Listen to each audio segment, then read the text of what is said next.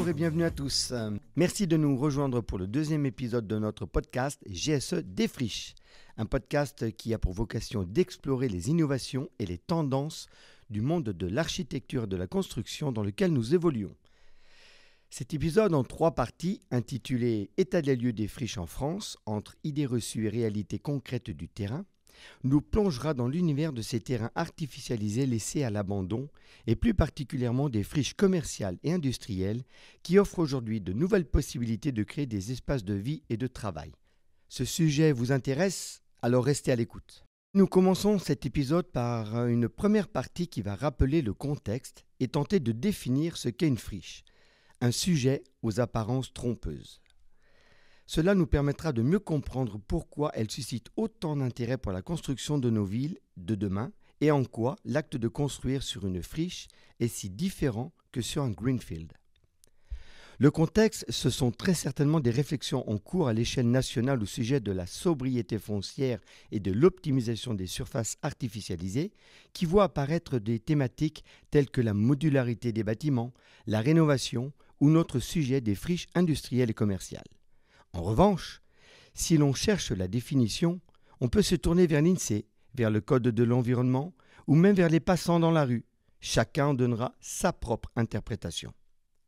Nous allons tenter dans ce podcast de répondre à ces questions à travers la vision des entreprises de la construction. Pour nous accompagner aujourd'hui, j'ai le plaisir d'accueillir Marion, urbaniste et écologue. Bonjour. Laurent, expert en transition écologique au cabinet EOD. Bonjour. Et enfin Thomas, responsable site et sol pollué chez GSE. Bonjour. Bonjour à tous les trois. Pour commencer, Marion, pouvez-vous nous présenter votre métier d'urbaniste écologue en quelques mots ? Alors en quelques mots, à la base ce sont 2 métiers différents, donc urbaniste, expert sur la ville et écologue, expert du vivant et des écosystèmes. Et effectivement, moi j'ai voulu cumuler les 2 compétences avec 2 diplômes. Pas pour faire 2 métiers, mais pour essayer de mieux faire mon premier métier, d'être une urbaniste consciente des enjeux environnementaux. Et voilà, de même que je pense qu'on pourrait généraliser cette prise de conscience, être aussi constructeur, écologue, etc., etc. Alors aujourd'hui, constat est fait que l'on construit différemment. On optimise les bâtiments, on réduit la consommation de foncier, notamment grâce à des solutions comme le multiniveau, on rénove également, mais on construit sur quoi ?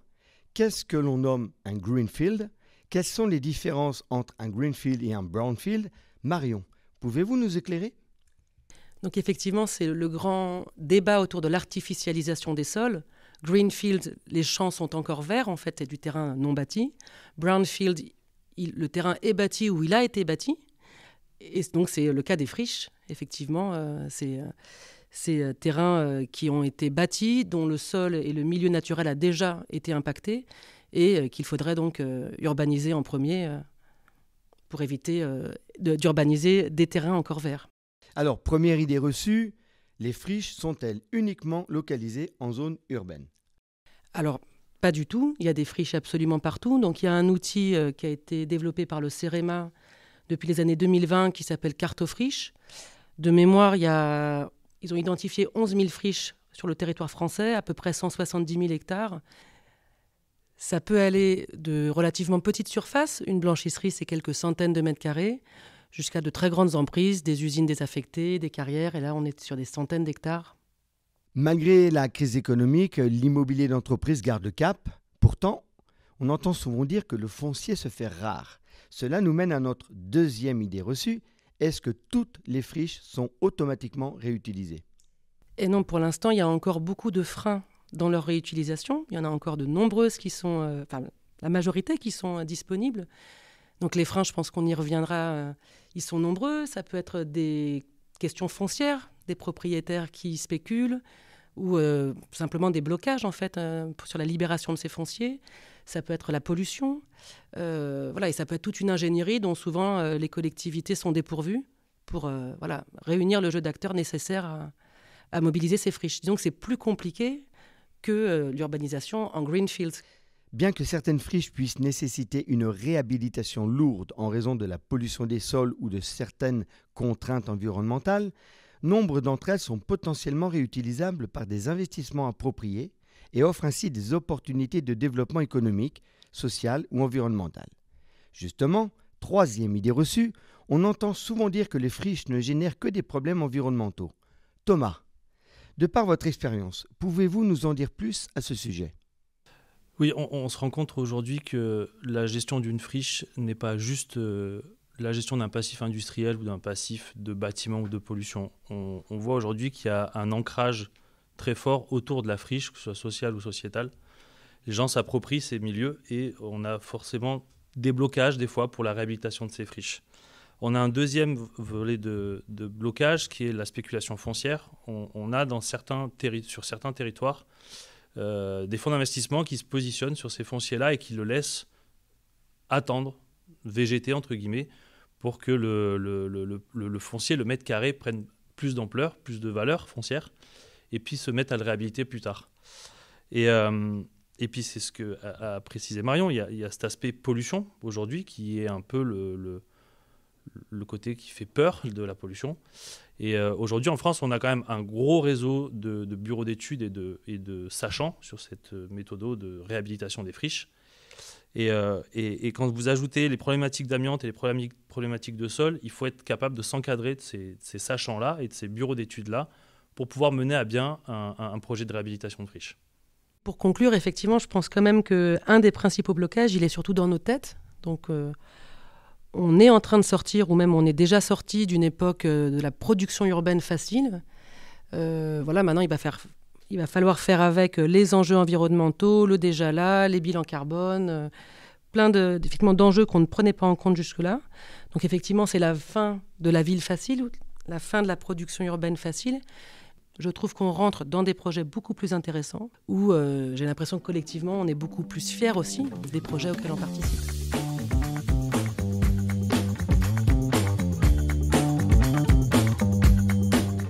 GSE des friches. État des lieux des friches en France, entre idées reçues et réalités concrètes du terrain.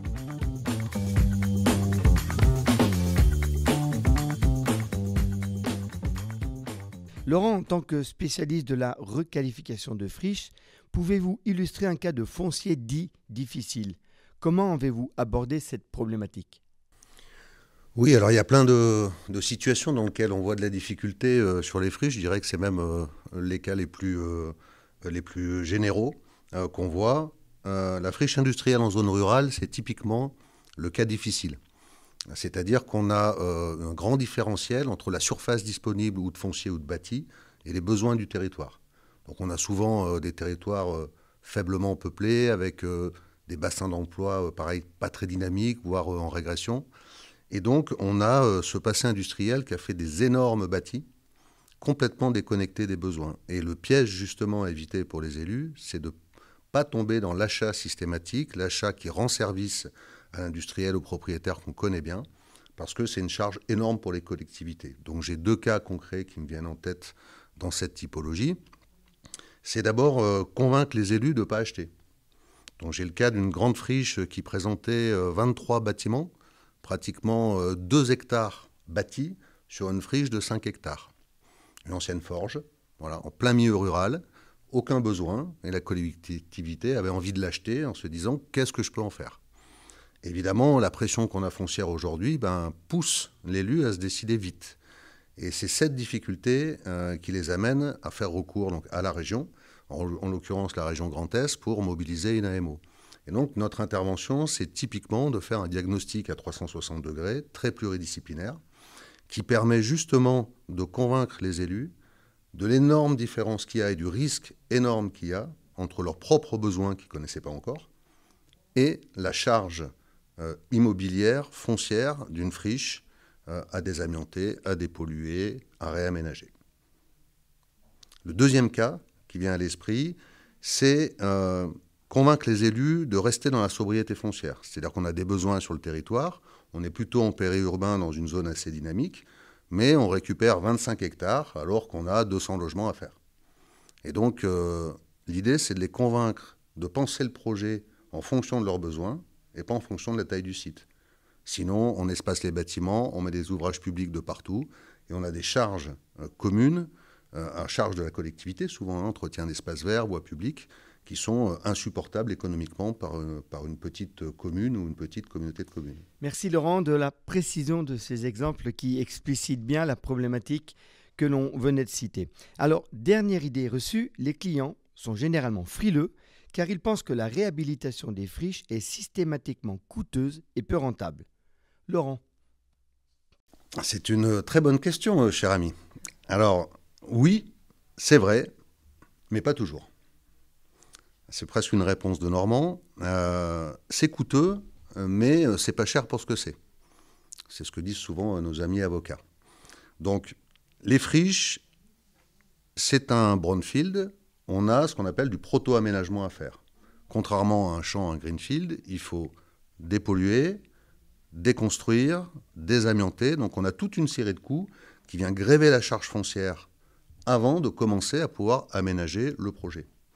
Et cet aménagement-là, finalement, il va pouvoir être payé uniquement si on a des recettes en face qui permettent d'absorber la charge foncière supplémentaire du proto-aménagement. Donc c'est typiquement ce que les établissements publics fonciers savent parfaitement faire. Ils ont été créés pour ça, pour faire du portage long terme et pour pouvoir gérer, investir dans ce proto-aménagement. Donc la friche peut être une très belle opportunité en termes de projet, que ce soit à vocation de logement, économique, voire même de parc public, sur des, on va dire, des usages sensibles publics qui améliorent aussi d'ailleurs la valeur foncière des bâtis qu'il y a autour. On voit bien en ville, quand on crée un parc urbain, le prix au mètre carré de tous les bâtiments sur la rue prennent une grande valeur. Donc il y a une valeur économique aussi à renaturer.